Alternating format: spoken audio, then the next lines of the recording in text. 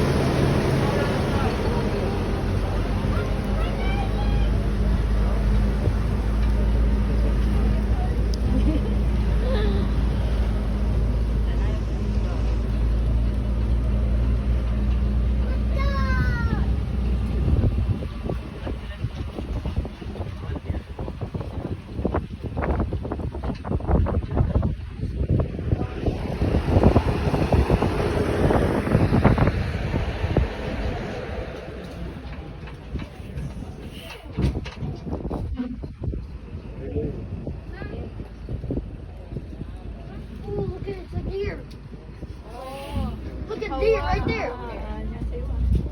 It's a baby deer. You know, you should have took a picture of the baby deer. Too far. It's a deer.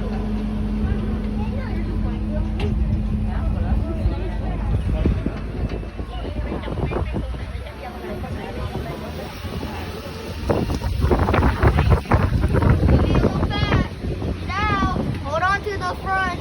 Yeah. So you don't fall. To the right is Building 17. This building has several jobs, one of which is housing the Orion Project Office. This facility is responsible for the development of the Orion Multi-Purpose Crew Vehicle, or Orion for short. The crew module component of Orion is designed to be reused and upgraded rather than discontinued after flight.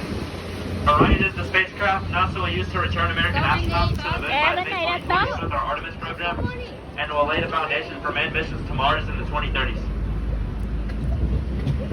On the left, you'll see Building 21, the Human Health and Performance Laboratory.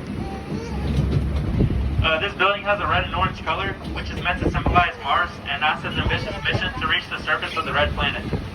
In this facility, scientific teams are dedicated to optimizing human health and productivity for space exploration before astronauts launch and after they return from space.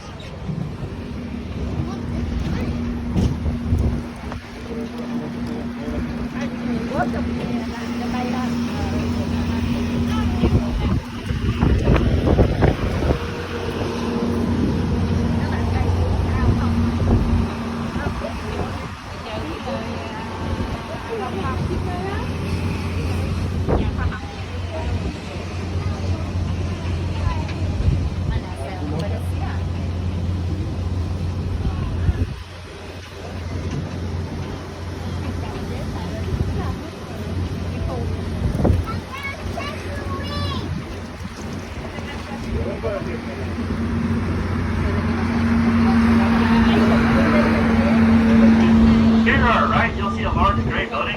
This is the Space Environment Simulation Laboratory that houses two large vacuum chambers, Chamber A and Chamber B, which are National Historic Landmarks. Next to the building, you will see some large gas storage tanks that hold liquid nitrogen. The nitrogen is pumped into a vacuum chamber and used to simulate the cold, harsh environment of space. This facility also uses heat lamps to mimic the hottest environments of space, allowing engineers to test the tolerance of spacecraft and equipment. In 2017, this facility tested the James Webb Telescope, which replaced the Hubble Space Telescope on Christmas Eve. The James Webb infrared lenses will allow us to see further into space than ever before.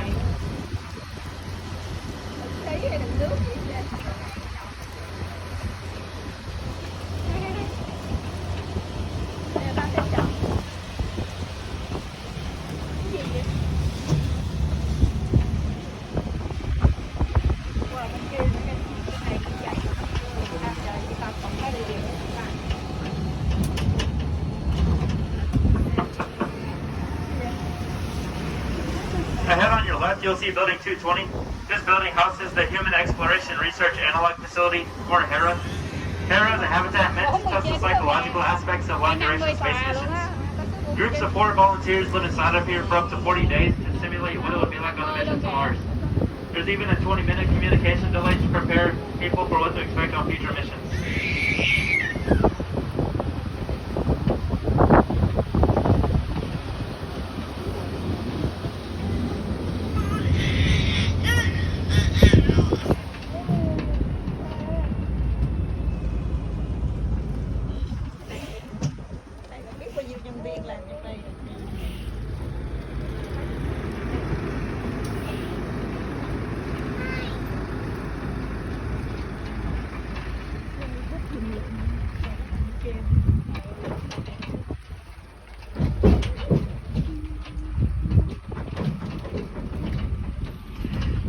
We're now approaching the Space Vehicle Mock-up facility featuring full-size models of spacecraft. Inside, you will learn how the extensive training astronauts do here prepare them to do their jobs in space.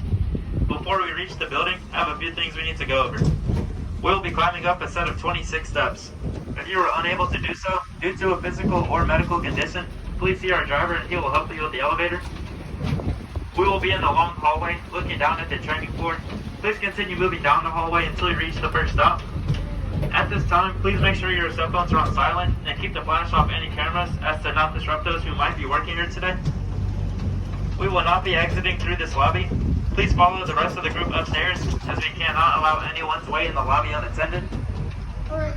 Please remember that this is a working government facility.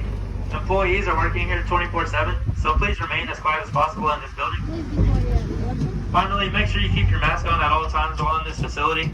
If JSC feels we're not following these guidelines, they can ask us to cut the tour short and return to Space Center Houston. So please make sure we're following these guidelines. Be quiet.